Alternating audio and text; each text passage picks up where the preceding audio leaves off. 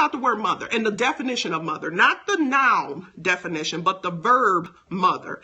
It means to bring up with care and affection and to give birth to. So keep those two definitions in mind, to bring up with care and affection and to give birth to.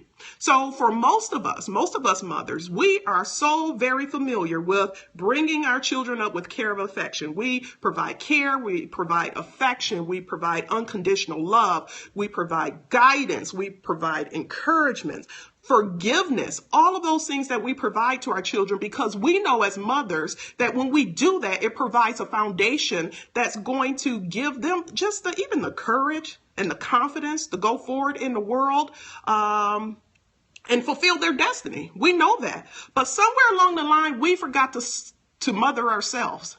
Somewhere along the line, when we got into that mode of mothering and motherhood, we erroneously believed that we no longer required mothering ourselves. And I'm going to tell you guys this, mothering doesn't stop just because the need to be mothered, I should say, doesn't stop just because we become mothers ourselves or just because we go into adulthood. That need to be mothered is lifelong. What changes is the source of that mothering. So we go from having our parents mother us, our mother us, or other mother figures mother us, to becoming mothers ourselves. And the mistake so many of us have made is that we believe now that we're in this role of mother, we no longer require to be mothered. So this talk is all about, when did you stop mothering yourself? So you said, I see Yellow Girl says, I was listening to someone speak and they mentioned how hard women are on themselves. And that's the thing. If we want to thrive in motherhood, we have to learn to mother ourselves. So like I said, the need to be mothered doesn't change, but the source of that mothering changed. So it goes from being our mothers or mother figures providing that mothering to now we have to learn how to mother ourselves. We have to learn how to mother ourselves. So when you look at that, bring up with care and affection. When was the last time you provided care and affection to yourself? Think about some of those other things I talked about. When was the last time you guided yourself? When was the last time you forgave yourself? These are all the things we do for our children, but we don't do it for ourselves. We get our children involved in so many activities to fortify them, to expand them, to make them better, to make them greater, but we neglect ourselves. We neglect ourselves. And tell me, how hypocritical is that of a person to want something for your children or to insist on something for them, but we don't insist upon it for ourselves? That's kind of, that's contradictory there, and we're not teaching our children. So the best thing we can do for ourselves and subsequently for our children and other generations to come is to not stop mothering yourself. Stop putting yourself on the back burner. We have all heard the whole, adage, when the plane's going down, who do you put the oxygen mask on first? This is no different. A lot of you guys have deprived yourself of oxygen for so long because you were told that the sign of a good mother is someone who denies themselves but takes care of everyone else. And that's totally wrong. So if anything you take from this talk today, I want you to get out there and start mothering yourself, because we even silence our voice. We even silence our voice about the dissatisfaction that we feel. A lot of that dissatisfaction you feel is mothering boils down to you're not doing anything for yourself. Who's not going to feel dissatisfied if you're spending pretty much 24/7 tending to everyone else but not tending to yourself?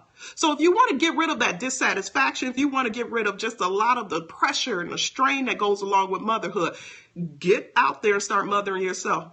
Take your time to yourself. Treat yourself to a dinner. Don't wait for somebody else to do it. Mother's Day is coming up. Don't be that mother who's going to feel bad on Monday morning because the kids didn't get you what you want, or you feel like no one thinks about you, or plan your own massage if you need to. Stop waiting on everyone else. Plan your own party. Mother yourself. Mother that child in you just like you would have wanted to be mothered as a child, or you were mothered as a child. Don't let it stop just because you're an adult and you're mothering other people. The mental health statistics when it comes to women is quite alarming. I mean, over 12 million women are diagnosed with depression each year. Over 13 million women are diagnosed with anxiety disorders each year.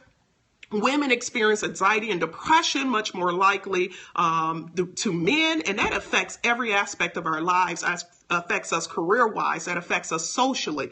And the statistics are pretty alarming. But what I'm sharing with you today and what you have to know is that even though these statistics are alarming, you don't have to be part of them, or if you are, you can pull yourselves out of them, because today's the day you can say no more. Today's the day that you're going to say, I'm going to start mothering myself, providing myself with the care and affection that I need to thrive. Now let's look at that second part of that definition: to give birth to. We oftentimes make the mistake to believe that once we've given birth to that child and that umbilical cord is cut, the birthing process is over. And I want you guys to know today, the birthing process never ends. Now, what am I talking about? You need to, in your life, continue to give birth to your dreams, your desires, your aspirations. It does not stop because you become a mother. It does not stop. It should not stop because you become a mother. As I said, I'm a mother of 4. With each child, I managed to go and finish a degree because I knew how important that was going to be for my children, not to just sit and wait for the opportune time. I mean, with my first child, and I've shared, I took finals in labor. I took 4 finals in active labor with this child because I had to finish. I was on scholarship and I knew I needed to get those finals done.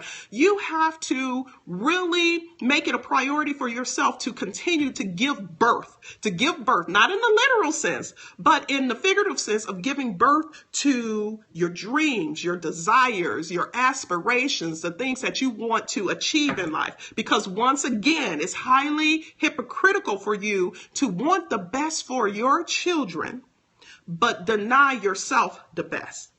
So I hope, some of these tips, other tips, just real quick, that I want to share with you guys. Get rid of that whole you'll be happy when, or you got to wait till when the kids are gone to really tap back into yourself.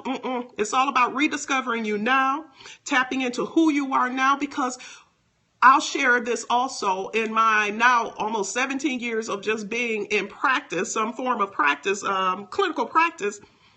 The people that I see who are, and I see Lori Cherie says, yes, I'm doing me. I'll be 50 this year. This year, it is your time. And I want to share, Lori Cherie, a lot of the people that I see in practice, majority of the women I see who are suffering from depression or anxiety disorders, are individuals who, again, these are individuals who are just like you and me. They're going about their daily life, but somewhere along the line, they lost contact and connection with themselves because they started to just identify with labels and not the true essence of who they are. So they just started to identify with being a mother or a wife or a worker. And that's not really getting the core of who you are. And that can be a very just unfulfilling life when that happens. So rediscover you, get rid of this whole mentality. I'll be happy when the kids are going, or I'll be able to do this when the kids are going, and tap back into the true essence of who you are. Mother yourself. Continue to give birth to your dreams and your desires. Get rid of that whole mentality and rediscover who you are.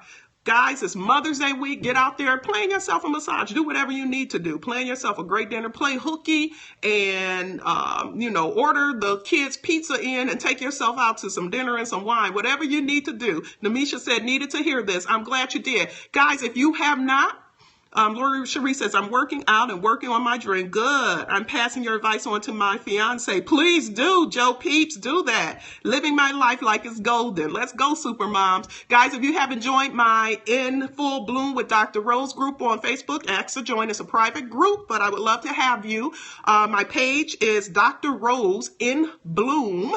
Dr. Rose is in Bloom, INBLOOM, 2 words, and subscribe to my YouTube channel. Also, what's a better way to mother yourself than treating yourself to my retreat next year?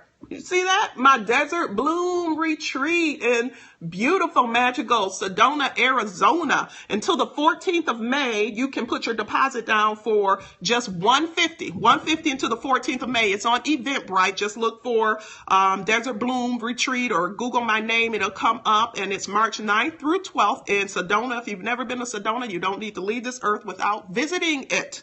And I'm excited about this retreat. All are welcome. All are welcome. It's not just for women. It's for anyone who wants to come and just experience the splendor and magic of Sedona. So guys, get out there, mother yourself. Mother yourself. Even you guys on the line, mother yourself too. You know, mother and don't stop for you. A lot of you guys get it from your wives and girlfriends. I know that because we will continue. You know, we as women, it just comes natural for us, but we have to understand that doesn't mean we do not need it for ourselves as well. So get out there, have a good day, and live your life in full bloom. Happy Mother's Day, everyone. Thank you, beloved.